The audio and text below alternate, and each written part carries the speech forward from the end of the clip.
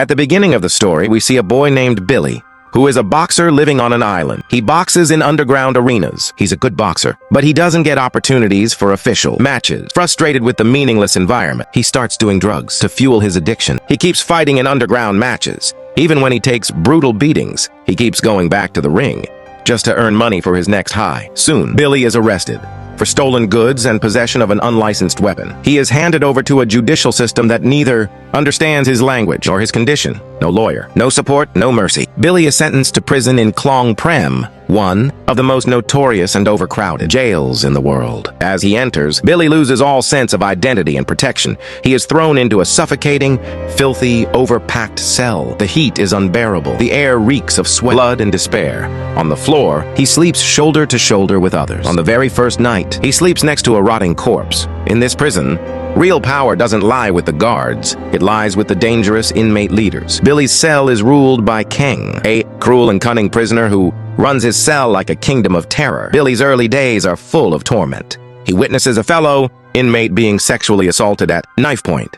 During the painful withdrawal from heroin, he begs for painkillers, but receives no response. Eventually, he snaps, lunges at a guard, and bites his neck. This breakdown lands him in solitary confinement, where darkness and isolation shred his mind even more. In this hell, an unexpected ray of light appears. A transgender inmate named Fame. Where others show hatred or silence, Fame comforts him with kindness. She tends to his wounds, listens to him, and reminds him that he's still human. Their bond slowly deepens. In a place where love and compassion are almost extinct, through Fame, Billy finds a reason to live. But the storm inside him still rages. Corrupt guards feed him dangerous drugs to make him more violent. High and out of control, Billy nearly kills 2 Muslim inmates. His guilt deepens, his body weakens, his soul begins to crack. One night in utter hopelessness, Billy slits his wrists. Blood pours out, and for a moment, he feels release. But perhaps fate or something else isn't ready to let him go. He survives. Full of regret, Billy turns back to the one thing that once defined him, fighting.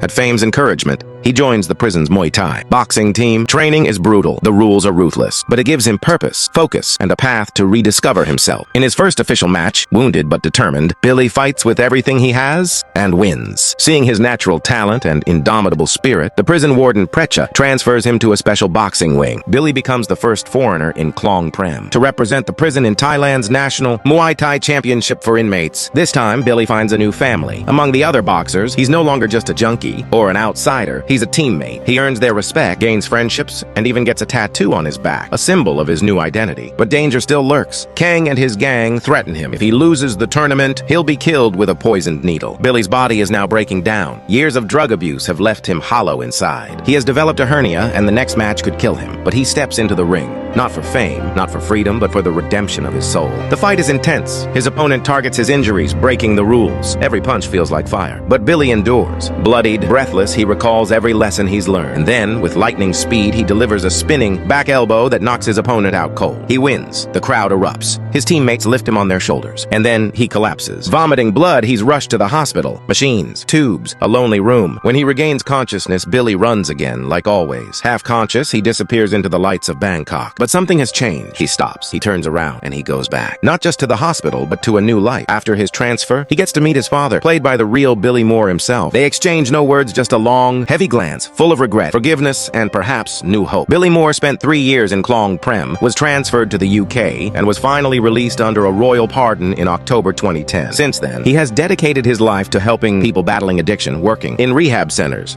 mentoring youth, and fighting every day for his own recovery. His battle is still ongoing, but now it's a battle he's winning.